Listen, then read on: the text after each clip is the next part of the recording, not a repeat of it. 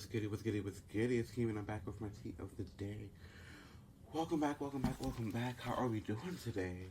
What's goody? What's going on? I just want to get on this mic, get on this platform to talk about one specific thing. But first, I just want to check on how are we doing. I know I checked in last week. It's time to check in again. Just make sure that everyone's mental health is okay. Everyone is doing the best that they can. They're putting the best foot forward. They're giving us the them that we're supposed to get. And they're pouring into themselves and they're doing something for themselves. Again, if you haven't done anything yet, it's perfectly fine, but plan on doing something because you have to, something has to happen kind of scenario. Like, you have to move forward. We have to live life. Yes, life takes things away from us, unfortunately. And then we get life back. This week has definitely been an emotional roller coaster for me. I'm not even going front. I did an amazing thing on Valentine's Day. Actually, I got rid of a job that was not feeding into me the way I needed to be fed into. It was not teaching me, it was not helping me grow, and I'm excited for my new position, my new job. But it was not necessarily scary, but it was definitely relieving after I just pressed send on my resignation letter, which was a T. If you have not read it, ooh, yeah. And I don't know if I'm done yet. I don't know if I'm done, but I was definitely giving detailed. It was definitely giving um let's come to the table. Let's like really have a deep conversation on the bullshit that's been happening. So hopefully this company can become a better company and live within the field that it was supposed to be in, like its right intention. Because obviously it got lost in translation and it kind of got off track, and I don't love that for that. But here we are, kind of scenario, and it happened at 11:36 on Friday. And in the same breath, I was able to get my Cowboy Carter ticket, so exciting. And then the day before, I ended up going to a funeral, which kind of definitely fucked me up because I'm not a funeral person. But I'm wishing the family this grace and allow them to grieve, allow them to cry, and just live that person up, and just know that that person is watching over us always. They may not be here physically, but they are still here. I want to do another moment of silence for, if I'm not mistaken, I heard that a plane crash happened again in Georgia. It went up and then it went back down. This is scary as hell. This is the third plane that's not taking fully off. What the fuck? So I want to give a moment of silence to them.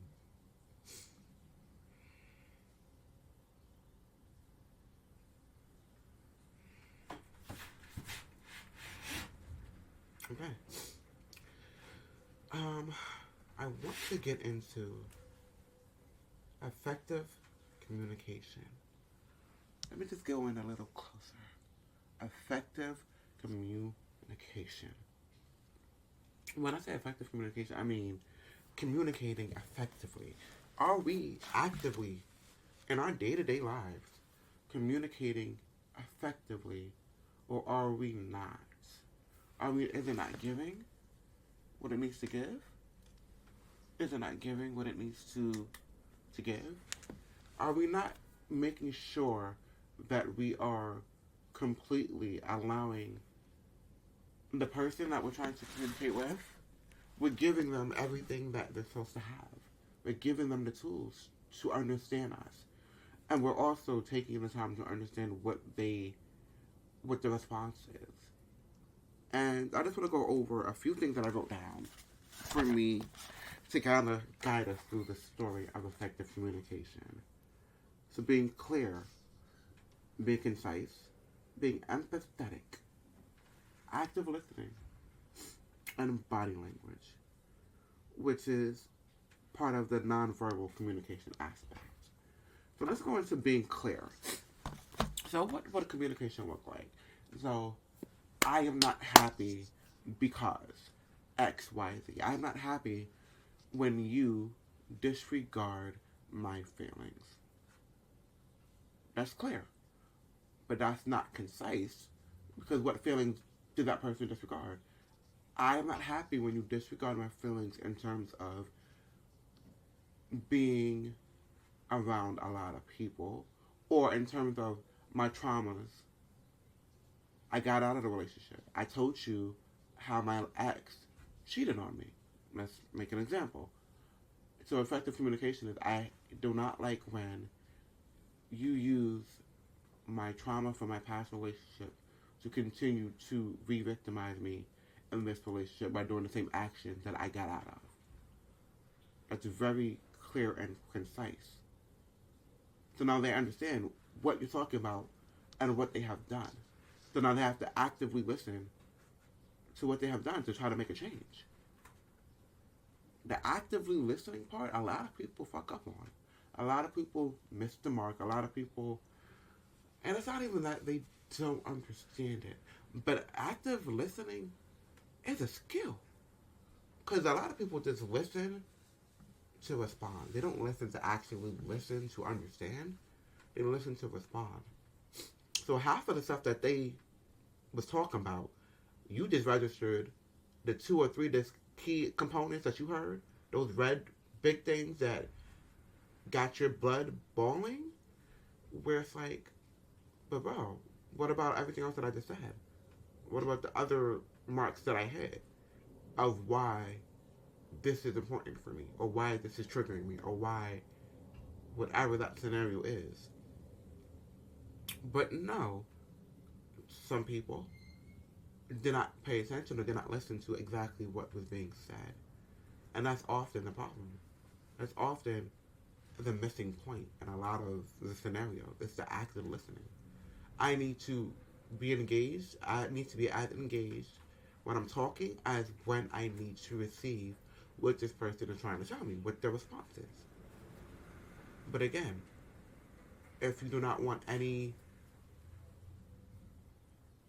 missing parts and missing components, you have to be clear in your directions. A lot of supervisors, and this is effective communication all over. That does not mean just relationships, and that does not just mean family, friends, like whatever that may look like. But in terms of like jobs, a lot of supervisors do not know how to effectively communicate. Like you can tell or give someone a directive.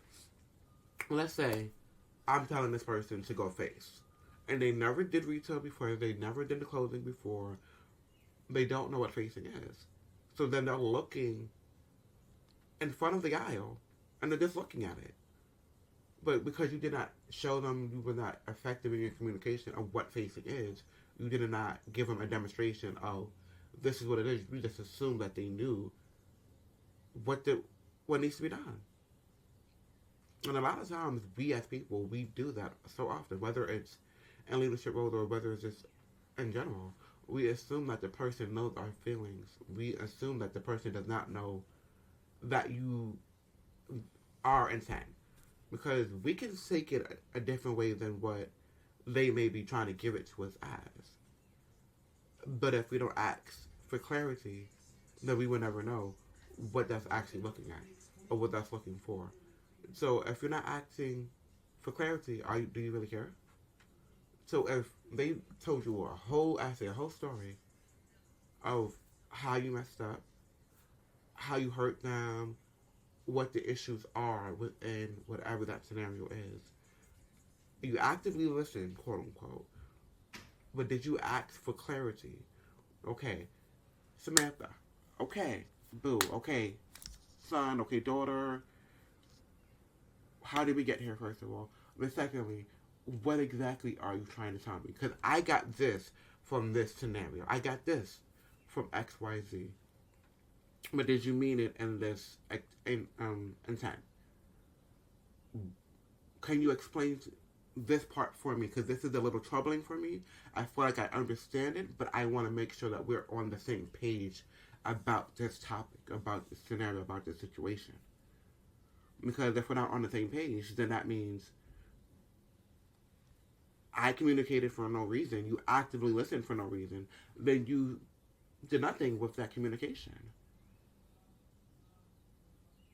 And that's the issue, that's the problem there. Because we did absolutely nothing with what was being said to us. Especially if we didn't understand it. Because you didn't understand where they're coming from. Always ask. I'm sorry, I am the type of person where I would overly communicate rather than underly communicate. Because you can never say, I never communicated my needs, my wants, my requirements. That can never come out your mouth. Because I overly communicated what that is and what those look like for me. What triggers me. What bothers me from what you may have done. But for you, you have to then ask. It has to be followed up, just like interviews. Communications can be considered like an interview in a sorts, I guess. But effective communication is key in any walk of life, in anywhere that you go, any room that you're in, any person that you are having conversations with. So there's nothing that is left in translation. It is understood through and through what has been said, what needs to be done, what actions need to be done. Because there has to be some actionable stuff within this communication. I have to completely understand what you meant. Whether I understand, whether I agree with what you are saying or not, then that's when I can respond with, I understand and I get it. However, I don't see it like that way. So maybe you can assist me with getting on that same page. Or us creating a compromise. But I have to understand exactly what you are saying. And then you have to understand exactly what I'm saying. That's life. And the nonverbal communication, that's what I'm working on. As me, as a person, because my facial expressions are T. My facial expressions definitely give off, okay, what? Uh-huh. Because sometimes people do get you messed up. Sometimes you're confused of how they got to that conclusion. Or why we're having this conversation, especially when you knew that you communicated effectively enough. However, that's something that is important. Because that's something that they're looking at you, seeing your response. So while they're talking, they're telling their side of the story. Or they're telling their emotions and what they've been through, or whatever that may look like. And you have your face like it's kind of confused, kind of puzzled. That's not effective communication, because then they feel like you're automatically not even listening to them. You're not accepting what they have to say. And then that's not great. That's not a good way to live. That's not a good way to communicate, in a way. And so, in that term, smile. Smile, nod, have perfect arm length. So you're not up on each other, but you're so close. You're so assertive. You're still leaning in. You're still trying to understand. Your ears there, like, okay, You're biting your tongue. Do whatever you need to do, but you're actually listening to what they have to say, and you're taking their points of view and their story into consideration. So you're looking at them. You're giving them eye contact completely, so they know that they have your undivided attention. You're smiling. You're nodding. You're leaning in, but you still have a little distance, because that's boundaries in between y'all. Whether this is actually an in-person effective communication aspect, or if this is over the phone or via FaceTime, or if it's an actual phone call, give that person your undivided attention. Because they will know. Because they will definitely ask follow-up questions, because I know I do. Okay, so like an hour ago, I told you like the moon was red, and I felt the type of way about that. An example, right? And then when you ask me, I'm like, okay, well, like, well, like, remember what I told you like an hour ago? Like, what kind of grinded my gear a little bit about the moon, and what color was it again? Mm. Okay. So obviously you were not paying attention to me. Obviously this wasn't as important for you than it was for me. But as long as you know that you effectively communicated and you was clear with what you needed, with what your boundaries was, with what you respect, what you require, what the situation was, what it needs to be, how it can get here. You was like you gave them a roadmap, and with giving them a roadmap, and they actively listened, and you actively listened to their response after. That's all you can do. All you can do is what they provided to you. That's literally all you can fully do. Um, but again, it's two-way streak.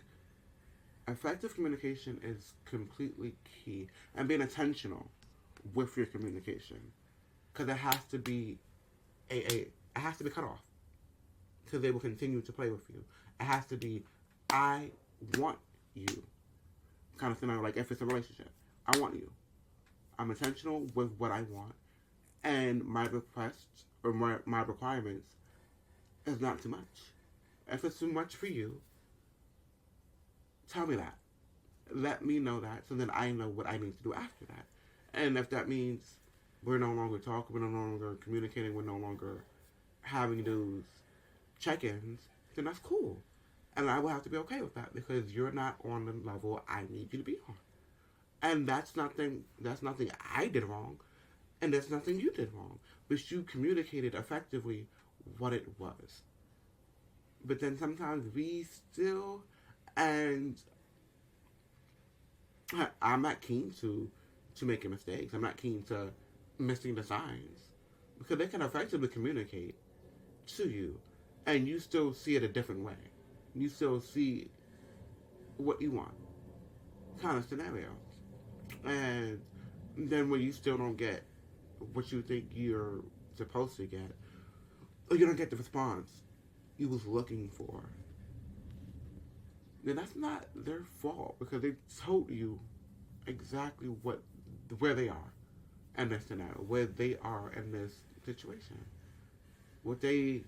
how their requirements may have changed, how things may have changed in their life where they don't know if they can give the same amount that you're trying to give to them. And then here we are again, and the same aspect of shit. I didn't actively listen. Shit, I really didn't read the room. So then now it's my fault. Why, if things happen or don't happen, then you have to blame yourself because it was effective communication happening, but each party was not ready to get on the same page or get on board, and that's a form of effective communication. That's a form of the nonverbal aspect of communication. Unfortunately, it's sad, but it happens, and it's life. So, guys, if you did not learn anything today, learn to be direct and intentional in your communication skills. And communication skills definitely, there's no test for it, there's no class for it. And there's something that you just have to continue to work on. So you know whether you're at 8 or at 38. There's growth within that communication skills. You may not be perfect in your communication skills. Some instances may take you off of those, where you become a little more weaker or more reserved within that communication. But as long as you're better than you were yesterday with your communication skills, like you're really taking time to try to communicate more in a better and effective way with concise beginning to end kind of scenario. Like there's no, but what did you mean? No. I said, this is how I felt. And this is why I felt it. And this is what I need to happen going forward. So I don't feel this again. Because when I feel like this, then you may get this. Or when I feel like this, then this may occur. The cause and effects become. So you have to let them know exactly what it is for you. So then there is no loss in translation. There's no huh? There's none of that. Just like, oh, okay, I got it. I understand. Because you was completely honest with me. You completely told me what it was. And now I get it. And thank you for allowing me to listen and not judge, but just listen. And then formulate, because I have your undivided attention, formulate a response that makes sense to what was just said. And then now we have a back and forth. Now we have a dialogue. And it's not a monologue anymore. Because monologues are cute when you're on stage, but monologues is not cute when you're talking to a particular person or a group of people or a special someone, family, friends. Communication and monologues, no, it has to be a dialogue. And each person in the dialogue has to have their moment to talk, has to have their moment to shine, have to have their moment to be heard, to be seen, and to be understood, and then to understand.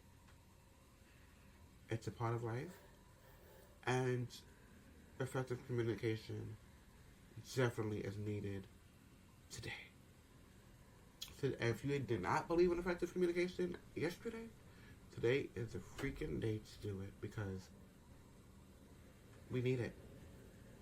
So we don't continue to break people down because we did not effectively communicate with them. We did not effectively tell them where the mess up happened, where the delay happened, where my feelings is not being heard happen, where my feelings need to be heard happen, like where my feelings is. And in any situation, circumstances change. You know, may not like the circumstance that change, but it does. It changes. And you have to then come to terms with understanding the change and growing with the change. Or if the change was too much for you, effectively communicating with that person that the change is not for you anymore. Although I like the change, although I like what the change have probably brought me, I don't think I can continue with this new you, with this new change. I mean, you know, they left for their own reason. They were still valuable in your life, however common. They left for their reasons. But then you know that you'll never and involve them in anything again because they're leaving for they're leaving for their reason, but not a valid reason. Unless your change was detrimental to them and their mental health or their well-being, or detrimental to you, and at the particular moment, you cannot see that. Because people can change negatively and positively. Sometimes both at the same time, if we're being honest, depending on the situations. But friends, be there for your friends. When your friends are quiet, when your friends are secluded in their little bubble, don't allow them to stay there. Give them the courage to come out. Give them the courage to understand that there is a better way of dealing with what they're dealing with. But still give them the space and the knowledge so they know, I understand that you're going through what you're going through. I do. And I wish you nothing but the best. And I just want you to know I love you. I want you to know I'm here whenever you're ready to come back around. I will be here and I'm here. Once you leave them with that, you did your part. And you actively check on them, actively send them stuff, actively send them memes or gifts or whatever like your communication is. Because everyone does not just communicate with words over phone calls. Some people communicate throughout the day with like gifts and like memes and funny stuff. Just showing like, hey, I'm thinking about you. Hey, this made me think about us and what we about to do Friday. Or whatever that may look like. And so as long as we know what it is, there's no loss in translation of what that is. But check on your friends, check on your family, check on your loved ones. 2025, we are February, what is today? I think this is the 21st, 22nd. No, I think I'm gassing it. I'm definitely gassing it. So 14, 15, 16. I think it's the 18th, if I'm not mistaken. Yeah, I think it's given February 18th. However, we are many months and many years away from the person that's in office, being in office, and we just have to stand up as a community, stand up as the black community, the colored community, the gay community, just any community that you are a part of. Just remember, we are black first. It is black and white, and that does not even mean race per se, because we have a bunch of white people who understand the foolishness that they're trying to do, the rights that they're trying to strip away from not just us, but that will affect us the most. Let's be clear, they're trying to take away human rights. And it doesn't matter the color, it just matters the tax bracket, the amount of money you have in your pocket. That now Elon Musk will, be taking a look at kind of scenario, but that would affect the black and brown communities more than any other community, if we're being honest and if we're being frank and clear about what it is. See, clear communication. This was Kimi. Laters.